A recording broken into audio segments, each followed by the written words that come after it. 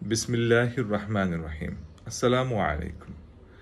আজকে আমরা সূরা বাকারার 92 থেকে 96 নম্বর আয়াতে যে বাণী রয়েছে সেটার ভাবার্থ বোঝার চেষ্টা করব। তোমাদের কাছে তো সুস্পষ্ট নিদর্শন সহকারে মূসাও এসেছিল, অতঃপর তার পরেই তোমরা একটি বাছুরকে গ্রহণ করে নিলে। কত জালেম তোমরা! যখন আমি তোমাদের কাছ থেকে একটি প্রতিশ্রুতি আদায় করেছিলাম, তোমাদের মাথার উপর তুর পাহাড় তুলে ধরে যা কিছু বিধিবিধান আমি তোমাদের দিয়েছি তা শক্ত করে আঁকড়ে ধরো এবং শোনো। তারা বলল, হ্যাঁ, আমরা শুনেছি, কিন্তু আমরা তা অমান্য করলাম। তাদের অস্বীকার করার কারণে সেই বাছুরকে মাবুদ বানানো তাদের মনকে আকৃষ্ট করে রাখা হয়েছিল।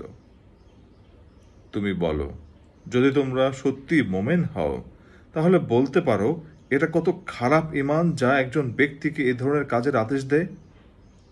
তুমি বলো, যদি অন্যদের বদলে পরকালের নিবাস আল্লাহর কাছে শুধু তোমাদের জন্য নির্দিষ্ট হয়, তাহলে তোমার মৃত্যু কামনা করো যদি তোমরা সত্যবাদী হও।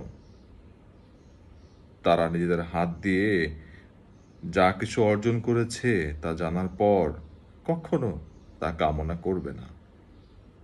আল্লাহ তাআলা জালেমদের ভালো করেই জানেন।